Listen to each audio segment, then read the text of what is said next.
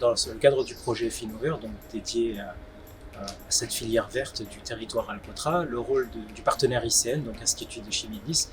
C'est un institut de chimie, donc notre rôle ça a été de faire la partie chimie analytique, donc analyser les molécules qui sont produites par les différents micro-organismes que l'on a pu isoler, parce qu'il faut savoir que dans la nature, toutes les plantes et tous les organismes sont tels qu'on les voit, et de façon microscopique, il y a des petits micro-organismes qui sont non pathogènes, que l'on consomme au quotidien, et que pour maintenir les cultures, pour qu'elles soient sur les étalages présentables, qu'elles puissent durer dans un temps assez long, vous le savez très bien, on utilise des pesticides depuis des années, et des pesticides qui sont d'ailleurs nuisibles à la fois pour la nature, mais nuisibles aussi pour l'homme.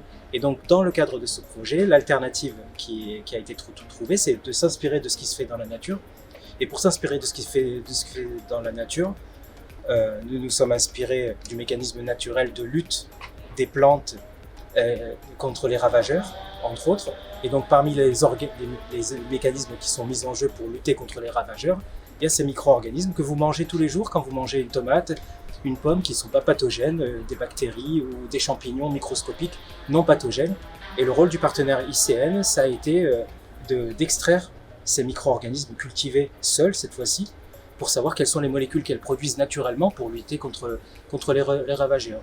Les perspectives de ce travail-là, c'est ce que nous a permis ce financement dans le cadre du projet Alcotra et le soutien de l'Université Côte d'Azur, c'est de pouvoir plus tard extrapoler et transposer ces molécules qui sont produites naturellement dans la nature pour pouvoir les utiliser comme alternative aux pesticides qui sont nuisibles pour la nature, comme une façon beaucoup plus verte et durable, s'inscrit dans le plan européen 2020-2024 d'une agriculture plus verte, de trouver des alternatives beaucoup plus sûres pour la nature, à la fois pour l'homme et pour l'environnement. Le rôle de Nix dans le projet Finover a été de participer à l'effort commun de ce projet collaboratif à l'initiative de l'INRAE, tout en mettant à disposition ses compétences pour l'évaluation des produits biocides et biostimulants issus des micro-organismes, tant au niveau du laboratoire que dans la gestion des essais dans les stations expérimentales.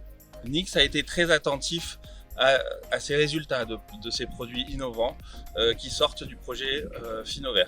Mais il n'y a pas seulement les produits de la filière micro-organismes, il y a aussi les produits des autres filières, et nous avons cherché à créer des liens forts avec les partenaires italiens des autres filières comme l'Institut de floriculture de San Remo, l'Université de Turin, avec qui nous avons échangé des produits.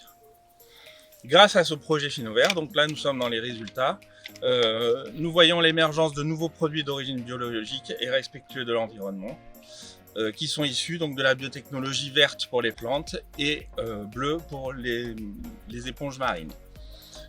Cette avancée va permettre de réduire l'usage des pesticides, des engrais dans les principales cultures transfrontalières du territoire Alcotra. Et pas seulement, en proposant aussi des méthodes alternatives de biocontrôle et de biostimulation. Nous avons également créé aussi un réseau de compétences de recherche au sein des 4 filières Finover, la filière bourgeons, champignons, lavande, micro-organismes.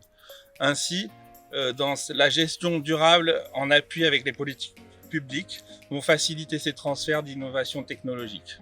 Ce projet est une grande réussite et nous avons obtenu un grand nombre de micro-organismes au-delà de nos attentes.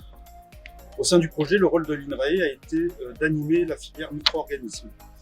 Nous avons voulu explorer au sein de la diversité exceptionnelle du territoire Alcotra les micro-organismes endophytes de plantes au bord de mer.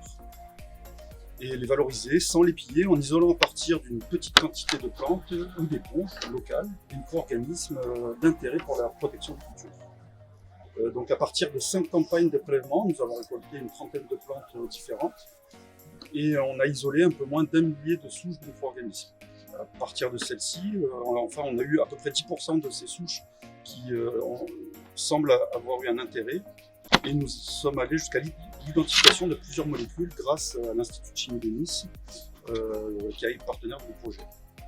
Le projet a permis de proposer des souches et des molécules qu'elles sécrètent, qui peuvent être utilisés pour la protection des cultures. Le rôle de la Chambre de commerce italienne, étant déjà un organisme mixte, c'était de mettre en relation la partie scientifique, le monde scientifique, avec le monde entrepreneurial et économique et l'économie locale. Notre rôle, c'était aussi de faciliter le transfert des résultats et des compétences et des technologies dans ce monde. Pendant le projet, on a organisé plusieurs événements, notamment des séminaires, des webinaires aussi pendant la période Covid et des salons. Je cite par exemple le salon Tech & Bio qu'on a organisé dans le Drôme. C'était le salon de référence de l'agriculture au niveau international. Du coup, on a fait des actions de lobbying, on a engagé le secteur public et le secteur privé et on a communiqué tous les résultats, surtout l'étude de faisabilité qu'on a eu sur la partie finale du projet. Et j'espère que ces résultats peuvent être utiles tout de suite pour les entreprises et pour les acteurs locaux.